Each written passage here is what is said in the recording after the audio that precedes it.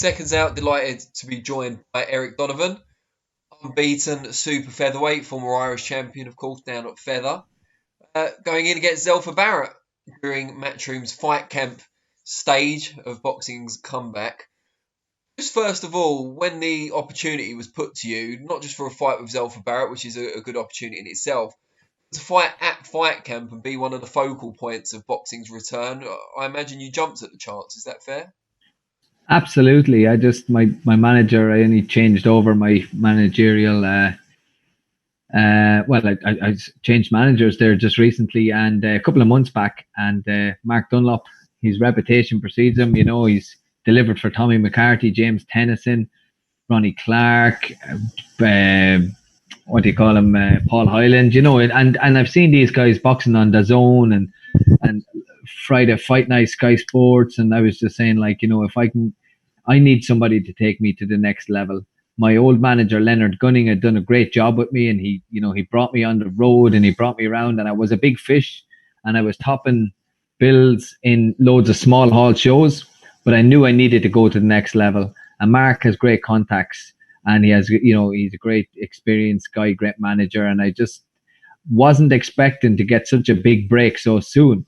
But when he rang me up and he mentioned about the possibility of possibly getting on the Sky Sports fight camps, I was like, oh, Mark, whoever, featherweight, super featherweight, whoever, get me on. You know what I mean? Do what you can do. And he mentioned out a couple of names to me, super feather and feather, and I was like, yes, either, whatever.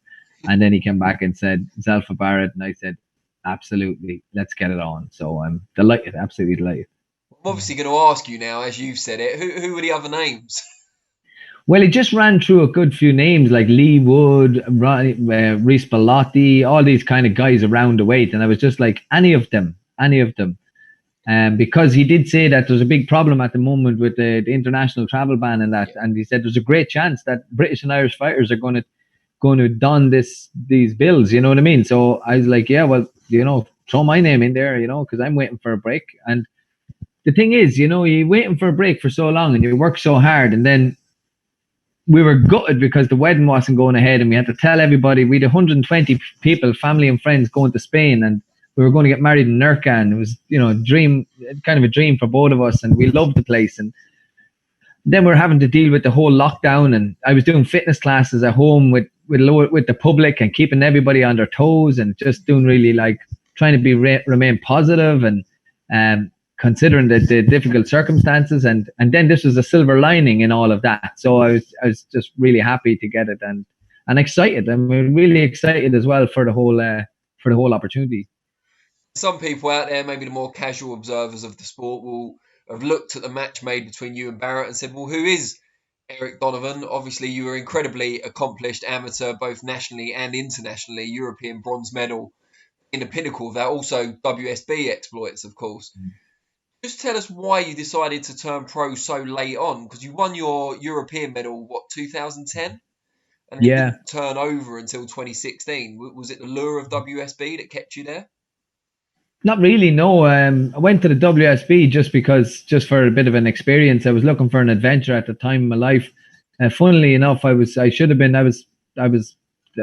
candidate for the London Olympics. I was European bronze medalist. I was top 10 in the world, number 3 in Europe. And in 2011, I broke my hand outside of the ring in a moment of madness, a bit of ill discipline. I ended up in a house party and just a bit of bad luck, and I shouldn't have been there, and I just got really down in the dumps, and my life kind of went on a downhill spiral after that. And because I felt like I let myself down, let all the people down, like my family, my coach, and a lot of people who put a lot of time and effort into me, and I went through a lot of adversity, and I kind of went through a lot of just a difficult time. And in 2012, instead of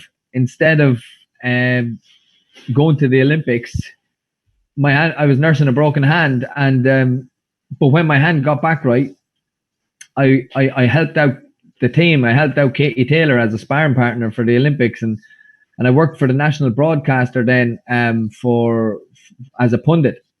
And I was kind of like, what do I do from here? I don't have another 4 years in me for the Rio Olympics, and someone suggested the World Series of Boxing, and I just took off and went to Kazakhstan and spent 8 months out there and had an unbelievable experience. But I made a change in my life around that time, and well, just before then, and when I got back from there, I realized I could do anything, and I went back into education because I would have left school very young. So I went back and I started studying counseling and psychotherapy, and I got myself a diploma in 2015, and I was retired from boxing for 2 years from 2014 and 15, and I was ready to go for my degree in 2016 when I had this kind of like almost like a feeling of redemption that came over me, saying like, Eric, you went through an awful lot of difficulty in your life. Your life was quite dysfunctional, and I had to deal with a lot of dysfunction in my life and a lot of turmoil,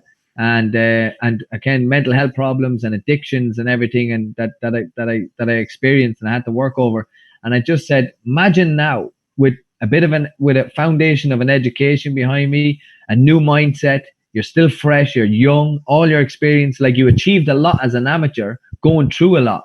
Imagine what you could do now with this new mindset. And then it was just a kind of a epiphany. It was almost like, right, the conclusion was I can always go back and do my degree, but I can't always go back and box.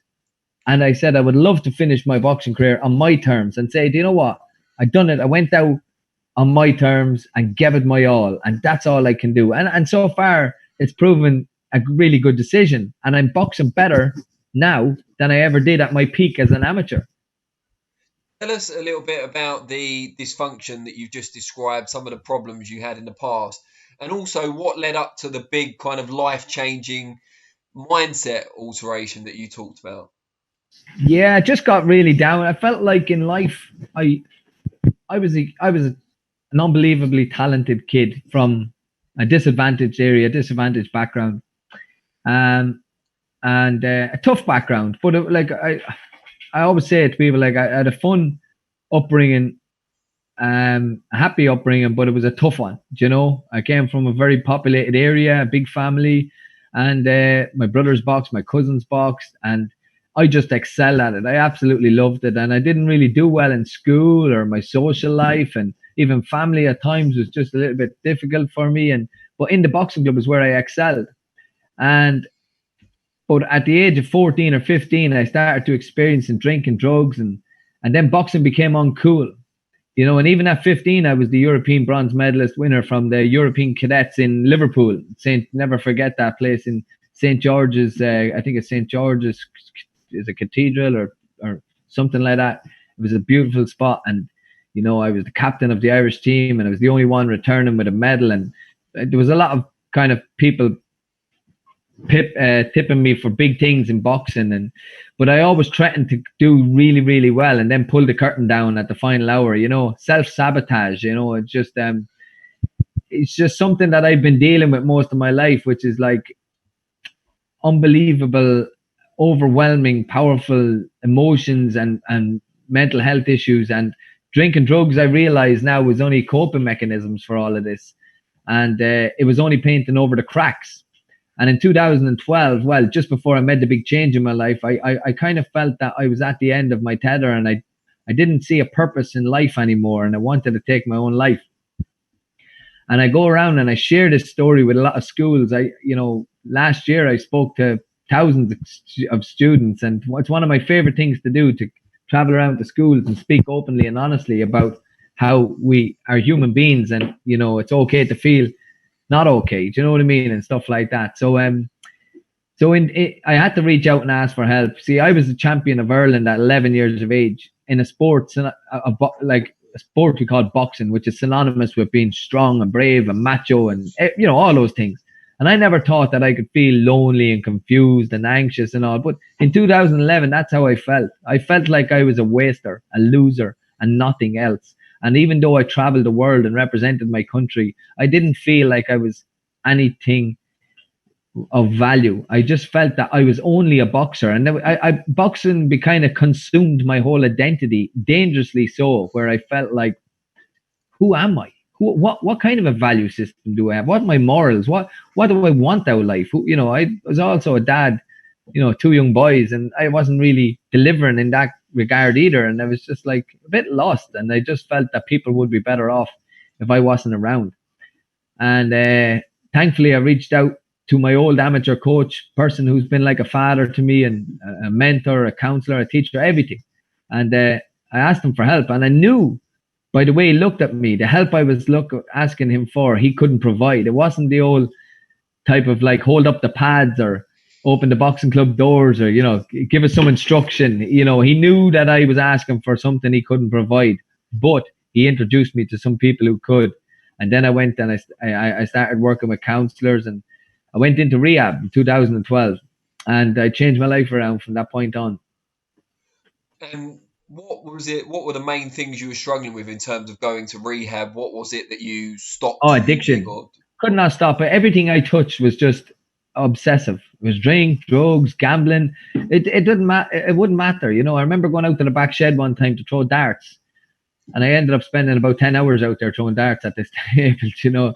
It's just a compulsion to continually engage in something that takes me away from reality. But I'm okay today. I'm very happy today in my life, and I'm very settled. I'm with my fiance Laura we're coming up on 6 years, and I met her in 2014, and my life just really started to take off, and I had to change everything about my life. I had to change my habits, my social life. I had to get new friends. I had to complete and utter change in my life. And then I got back to doing what I did, what boxing's doing for me today is what boxing did for me when I was 7 or 8 years old. A young kid expressing himself, enjoying it, loving it, traveling the country, going around sparring and taking fights against anybody. And, when I kind of hit the teenage years, I started to conform to groups and cliques. And then I forgot about what I really enjoyed myself, and I was doing what other people wanted me to do. And now I'm back in the driving seat and loving boxing again. And I don't want to put, and I know I'm going to be 35 in the next 2 weeks, and next 2 or 3 weeks, but I don't want to put any time frame on it. Even though I did say before, I don't want to be boxing up into 35, 36. I'm loving it. I'm really enjoying it. I had 7 rounds of sparring this morning, and I was buzzing after it, and we could have done another 7. I was just, I was just happy out, and I'm happy in my life, and things are great, and I'm very grateful for the opportunity. So I'd like to express my gratitude to Eddie Hearn and to Matchroom and to my manager, Mark, of course. How old are your children now, and how has that relationship improved with the new version of yourself? Yeah, it's actually brilliant. My 2 kids look up to me. They say I inspired them. My youngest is 8 and my oldest is 15, and they're doing so well. They're doing so well in life, and they're obviously from a previous relationship, but they get on so well with Laura, my fiance, and my eldest lad is going to be my groomsman, and my youngest is going to be a page boy for the wedding coming up. And at the start it was very difficult at the time, especially when I was going through a lot of my boxing career. I would have been disconnected from my eldest guy. But we're very connected now, and he's a very mature kid. He's 5'11". He's just turned 15. He's a big guy, Yeah, he's a very intelligent young kid. He's doing a little bit of boxing. He had his first fight last year and he won.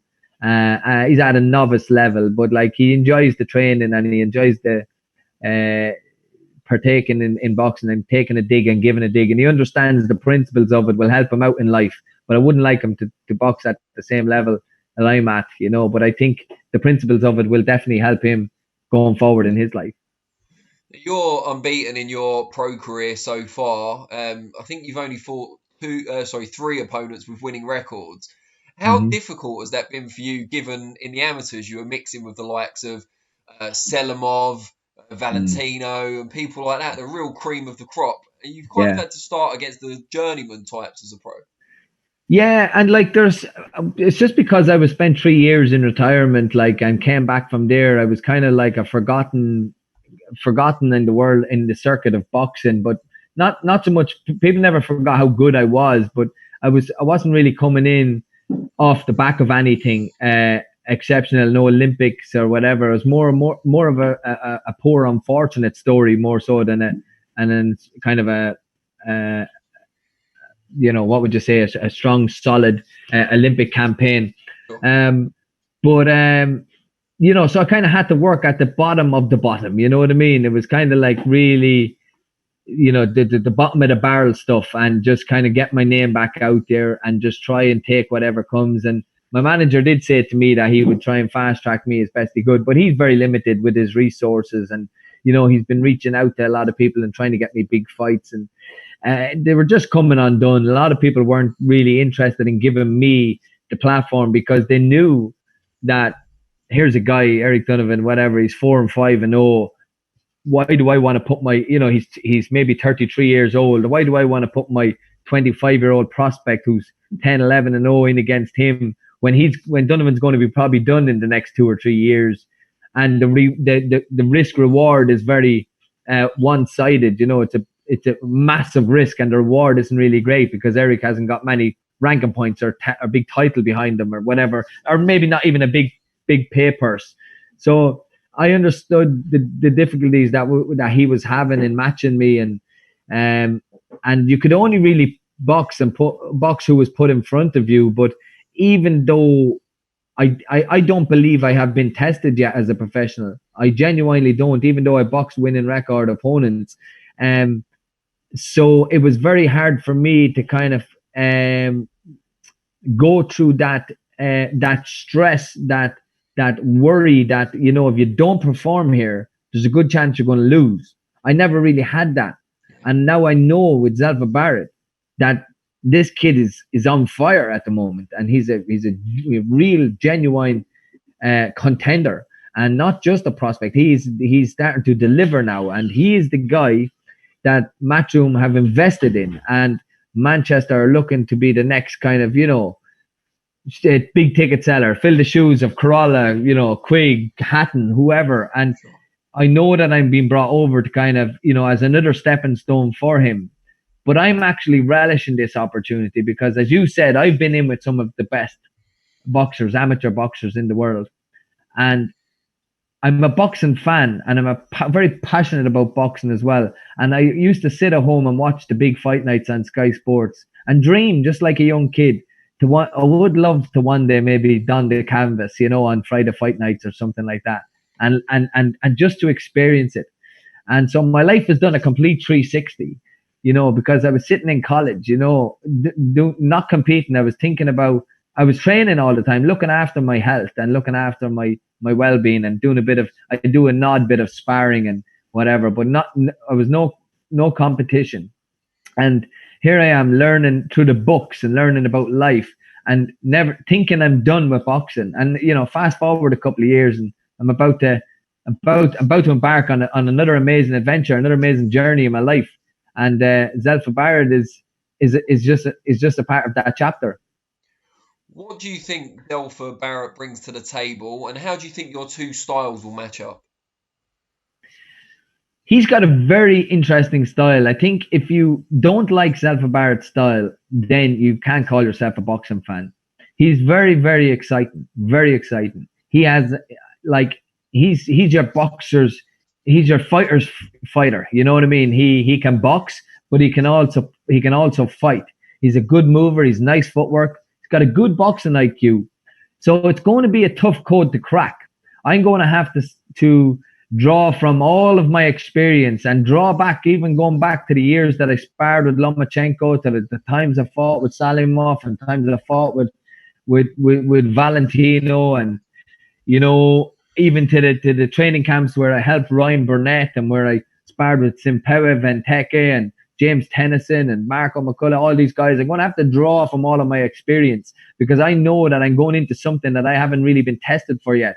And I know that this is going to be a huge challenge, but it's one that I totally and utterly believe in myself, and I'm absolutely convinced that I can get the job done. How many years ago would it have been that you sparred with Lomachenko? 10 years, actually. Yeah, around 10 years in June. We had the training camp for the Europeans in the Ukraine. I did about 12 rounds with Lomachenko.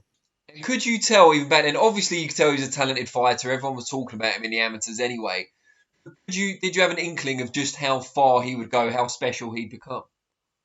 I always knew he was very special because even when he won I was at the World Championships in Chicago, and I actually boxed to qualify for Beijing. I won 2 fights and I got beat by Valentino to actually qualify for Beijing. And then I beat Valentino after that, but there was no big reward at the end of it.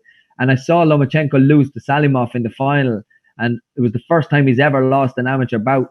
And he sat in the ring and he protested and he wouldn't get out of the ring and he cried. And I seen a lot of people were laughing at him and they were skitting him and, making a joke of him. But like I saw this young kid, like he was heartbroken for losing, and I didn't realize at the time how big this was for him, that he was a true champion, a born warrior, and it was afterwards that I was intrigued by him then, and I started to look at him and pay close attention, and I realized that was his first fight to ever lose, which was extraordinary. And then I would have been privy to him for most of probably from the 2007 up onto 2012.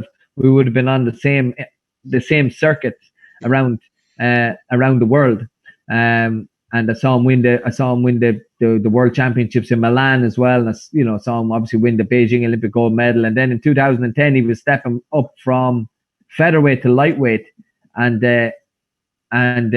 we sparred in the training camp, and I was at lightweight 60 kilos.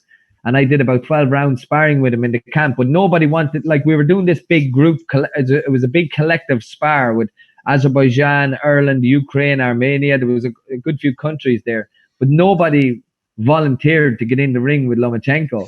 And he was always left standing there like this with his hand in the air after every round was over, because you had to keep picking a different opponent, someone around your same weight or one up or one down. And Lomachenko was always left like this. And then my coach, Zori Antia, he's the head technical coach for Ireland. He's fantastic. He's from Georgia, Eastern European country. He was like to me, Eric, come on. This is unbelievable experience. Come on. So he kept telling me to come. So I kept jumping in with Lomachenko because nobody else would. So and to be honest with you, it was very competitive sparring, but like it wasn't knockout sparring or anything, but it was just really, exercising and stimulating on the brain to be in against someone that's just incredible reflexes and boxing intelligence. And you mentioned earlier that when you were taking a bit of a break from boxing, you were sparring Katie Taylor back in 2012, I think you said. Well, you see, what happened was Katie Taylor's team rang me in 2012 before the Olympics when my hand was back working, but it was my chance to qualify was gone because the Olympics were already determined, the Olympic places. And they asked me, like, they said, like, Eric, we're gutted for you, like we really are, and we sympathize with you. But Katie has a very, very, very difficult opponent in the Olympics, Sofia Ochigava, the Russian fighter, and she's going to be a big threat to Katie. And we'd love to prepare for her. She's a southpaw. We'd love to prepare for her by using one of the best southpaws in Ireland. Will you help us out? So at the time I was a bit selfish, and I just couldn't think of anything worse than going to the Olympic training camp as a sparring partner, because all my teammates were there as well, all the males, all the lads. It's like who were going to the Olympics, yet so far away. They were right there in the camp, and I was there as Katie's sparring partner. But I had to change, because I had to change about how I was thinking about myself and life, and I didn't want to be so self-centered anymore and try and think about other people. And here was a woman with the hopes of a nation on her shoulders asking me to help her, so I had to see it as a privilege, and I went over and we sparred every day, and thankfully Katie got the job done in the final against Sofia Ochigava, and it was just lovely to be a small part of that journey for her. What's it like because I've heard this from the female perspective so many times, what's it like as a man sparring a female boxer in that scenario? Do you go all out in the same way you would in a spar against another male boxer? Do you hold back a bit, either subconsciously or consciously? Yeah. At the beginning, I used to I had a problem with this before, and then Zori Antia was given out to me after sparring with Katie, because Katie gave me a bit of a licking in one spar, and Zora was given out to me, but I had actually held back. And then I was arguing with him, saying like, oh, it's woman and all. And then he said to me, it doesn't matter. She's Olympic, she's world champion. She's a boxer. You're a boxer. Doesn't matter about my woman's sport. You need to fight. And then I was like, okay. And he tried to, he was, I think at the same time he could understand where I was coming from, but he also wanted me to be professional as well.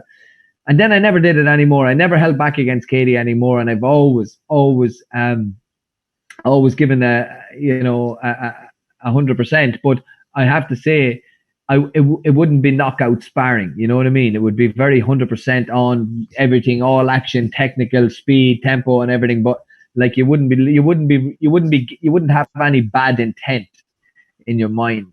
You wouldn't be getting into try and hurt or do damage. The way sometimes in a fight you might just feel like biting down on the gumshoes and actually going hell for leather with somebody. You wouldn't be doing that. Certainly not against Katie. She's an absolute role model. And funny, I called to my son's school. I was invited into my son's school, my eldest guy, Jack, and his principal asked me to come in and talk to these kids about boxing and discipline and all. So I was there, and this is going back about 5 years ago, and I was there at the top of the classroom, and my son was at the back of the classroom, and all his pals were asking me questions about, hey, what was it like to box this person, that person? And I was giving out all these names, and I was talking about the countries I traveled to around the world, like Philippines and Korea and America and Canada and China, and they were all so impressed. And then my son at the back of the classroom goes, Katie Taylor gave my dad a black eye. Brilliant. So he just bust my bubble, So, but no, I've a great relationship with Katie, and it's just nice to be able to help her out, along the way. She's a game changer, really. Great stuff. Well, before I let you go, I think a lot of people watching this will want to find out even more about you. You're a very engaging speaker. How can they find you on the various platforms of social media? Yeah, well, I'm on Twitter and I'm on Instagram and I'm on Facebook under Eric. Facebook is Eric Lillywhite Lightning Donovan. There's a like page there that people can watch, get in touch for all fight news and training clips and videos. And I also try and do some what's the word for it? Some kind of training. What's demonstration videos? Yes, exactly. So, I do them. I do share them on the Facebook, and then Twitter is Eric_Donovan 60, my old amateur weight category, and Instagram is Eric D 1985. So yeah, I think people are starting to kind of. I already noticed that the exposure I'm getting already from just the announcement of the fight has been huge. But there's a lot of people who've been following me and traveling me, or traveling around small hall shows. Like the last few fights, I was doing like 400 tickets and stuff. So it was really nice.